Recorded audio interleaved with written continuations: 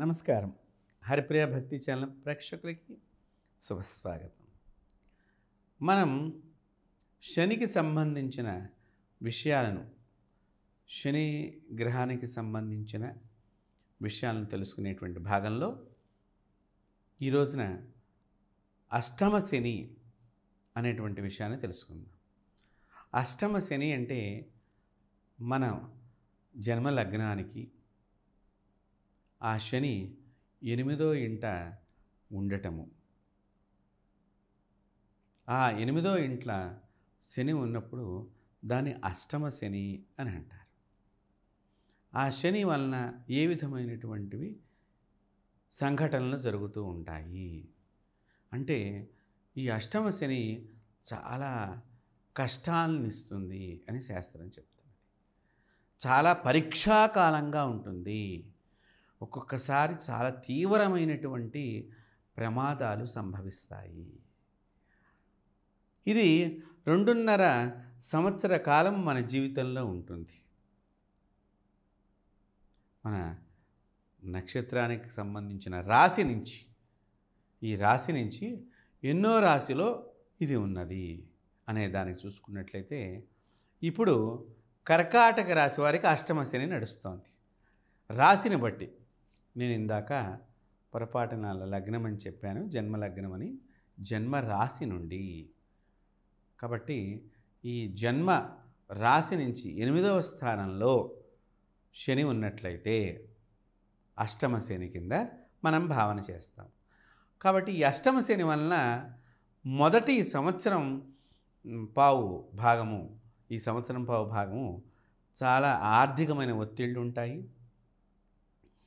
అంతేకాకుండా అనారోగ్యపు సమస్యలు ఉంటాయి. ఒక్కొక్కసారి తీవ్రమైన వ్యాధులకు మనం లోనవుతాము. అలాగే మన శరీరం లోపల రక్తపోటు అంటే బీపీ అంటున్నాం కదా, ఆ రక్తపోటు పెరిగే అవకాశం ఉంటుంది. తూలుడు వచ్చి పడిపోవటం జరగవచ్చు మనిషికి. అంతేకాకుండా తలకు సంబంధించిన భాగాలలో శరీరాన్ని ముఖ్యంగా చాలా జాగ్రత్తగా చూసుకోవాల్సినటువంటి అవస్థలు ఏర్పడుతూ ఉంటాయి.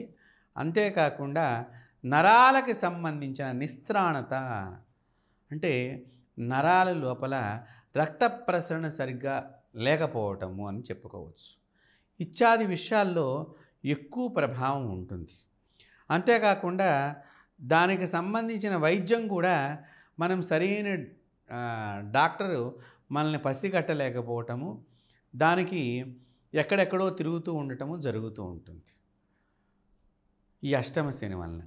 ఇదే కనుక అష్టమ శనిలో ఆ మనిషికి ఆ శనీశ్వరుడు అతని జాతకంలో అంటే 8వ ఇంట్లో, జన్మరాశి నుంచి 8వ ఇంట్లో ఉంటే అష్టమ శని కాబట్టి, ఒకవేళ అతని జాతకంలో కనుక అష్టమ శని ఉన్నప్పటికీ కూడా ఆ శని తనకి మిత్రక్షేత్రంలో ఉన్న, ఉచ్చస్థితిలో ఉన్నప్పుడు పాత వ్యాధులు ఏవైనా ఉంటే కనుక, అంటే మనం గత కొంతకాలం నుంచి అనుభవిస్తున్నటువంటి వ్యాధులు ఏమైనా ఉంటే కనుక ఈ సమయంలో మంచి డాక్టరు తారసపడటము, తారసపడ్డ డాక్టరు ఆ పాత వ్యాధులన్నీ మనం చెప్పుకుంటూ వెళ్ళినప్పుడు ఆయన ఇచ్చినటువంటి ట్యాబ్లెట్స్ దగ్గరగా 2-3 సంవత్సరాలు ఉన్న బాధకి కూడా ఈ ట్యాబ్లెట్ వలన అది మామూలు ట్యాబ్లెట్ లాగానే ఉంటుంది. అయ్యో మనకి ట్యాబ్లెట్ తెలియకపోయింది, రోజు వేసుకునేటువంటి మందే కదా ఇది, అందరూ జ్వరాలకి అని అనిపిస్తుంది. అదే ట్యాబ్లెట్ ఆ సమయంలో ఇవ్వటం మూలకంగా పాత రోగం కూడా పోతుంది. అంత చిత్రమైన సంఘటనలు జరుగుతూ ఉంటాయి. కాబట్టి ఈ అష్టమ శని అనేటువంటిది సంభవించినప్పుడు చక్కగా మీరు భయపడకుండా శని స్తోత్రాలు పారాయణం చేయటం. దీనిలో దశరథ మహారాజ శని స్తోత్రం అని ఒకటి ఉన్నది, శని ప్రోక్తం అని అంటూ ఉంటారు. కోణస్థ పింగళో బొబ్బరు అనే ఒక ఉన్నది. దశరథ మహారాజు కూడా శని ప్రవేశిస్తున్నప్పుడు యుద్ధం చేశాడని, నాయనా నేను కాలచక్రంలో తిరిగేవాడిని, నన్ను తిరగద్దంటే ఎట్లాగా, నేను తిరుగుతూ ఉంటాను, నువ్వు నన్ను అడ్డుకుంటే ఎట్లాగా, నేనైతే రావాల్సిందేను, అంటే నువ్వు రావటం మూలకంగా నా రాజ్యానికి నష్టం వస్తుంది అన్నారు కాబట్టి, అంటే అప్పుడు నేను కొద్ది సమయం ఉండి వెళ్ళిపోతాను. ఆ కొద్ది సమయంలోనే చాలా గోదాములు తగలబడిపోయి ఆహారం తక్కువైంది, తగ్గింది అనేటువంటి ఒక కథ కూడా ఉన్నది దానికి. కాబట్టి ఇక్కడ అంటే ఆ దశరథ మహారాజు అంతటి ఆయన సాక్షాత్తు విష్ణువుకి తండ్రిగా వరాన్ని పొంది ఉన్నాడు. ఇన్ని జన్మల తర్వాత నా కడుపున విష్ణుమూర్తి పుడుతున్నాడు. అంత గొప్ప పుణ్యవంతుడు. ఎక్కడికైనా వెళ్ళగలిగిన శక్తిని సంపాదించుకున్నాడు. ఆధ్యాత్మికంగా భగవత్ శక్తిని సంపాదించు. ఆయనకి కూడా శని బాధ తప్పలే. అప్పుడు శనీశ్వరుని అడిగాట, అంటే నువ్వు గనక నన్ను ప్రార్థన చేసినట్లయితే నన్ను ఎవరైతే ప్రార్థన చేస్తూ ఉంటారో ఆ ప్రార్థన చేయటం మూలకం కొంత బాధ తగ్గేటువంటిది ఉన్నది, కాబట్టి మీరు కూడా ఆ మార్గాన్ని ఎంచుకుంటే బాగుంటుంది అని సెలవిచ్చాడటండి. అప్పుడు వారు శనీశ్వరుని ప్రార్థన చేశారు. ఆయన అప్పటికప్పుడు శని భగవంతుడి మీద ఆయన యొక్క గొప్పతనాన్ని చెప్తూ రాశారు. కాబట్టి దాన్ని మనం కనుక జపించుకున్న ఈ అర్ధాష్టమ శని బాధ నుంచి మనం విముక్తులం అవుతాము. అలాగే ఈ అర్ధాష్టమ శని వచ్చినప్పుడు కూడా మీరు చక్కగా నువ్వులు, భస్మము, బెల్లము కలిపి హోమం చేయించుకున్నట్లయితే మృత్యుదోషాలకు దూరంగా ఉంటారు. కాబట్టి మృత్యుదోషం అనేది మనకు ఉండకూడదు. ఎవరికైనా కూడా మృత్యు అంటే భయం, బాధ. ఏంటి మహాత్ములు, యోగులు దాన్ని కూడా ఒక భోగం కింద తీసుకుంటారు. రామకృష్ణ పరమహంస లాంటి వారు, ఓ రమణ మహర్షి లాంటి వారు, ఓ కావ్యకంఠ గణపతి మహాముని వారు, ఒక పరమహంస యోగి వారు, ఒక లాహిరి మహాశయ లాంటి వారు, అలాంటి మహాత్ములు మృత్యువును కూడా ఒక భోగం కింద తీసుకుంటారు. కాబట్టి మనము భయపడిపోతూ ఉంటాం.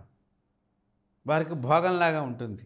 చూడండి, అంటే ఏమిటి ఆ యొక్క ధైర్యం, భగవంతుడి మనకు ఉన్నాడు అనేటువంటి ధైర్యం భగవంతుడి ద్వారా మనం తెలుసుకున్నాం. కాబట్టి శక్తి ఈ శరీరాన్ని మళ్ళీ ఇంకొక శరీరం లోపలికి వెడుతోంది ఈ జీవి అనేటువంటి ఆనందం. అంటే శరీరం సహకరించాలండి. ముఖ్యంగా మంచి పనులు, ఏ పనికైనా శరీరం చక్కగా ఉంటే అన్ని పనులు మనం సవ్యంగా చేయగలుగుతాము. శరీరం సుషిప్తం అయిపోయి బలం కోల్పోయినప్పుడు ఈ శరీరంలో ఎక్కువ కాలం ఉంటే కూడా భగవంతుడిని అర్చన చేయలేం కదా. అందుకని భగవంతుడు కొత్త ఇంట్లోకి మనం తీసుకెళ్తూ ఉంటాడు అని యోగులు చెప్తూ ఉంటారు.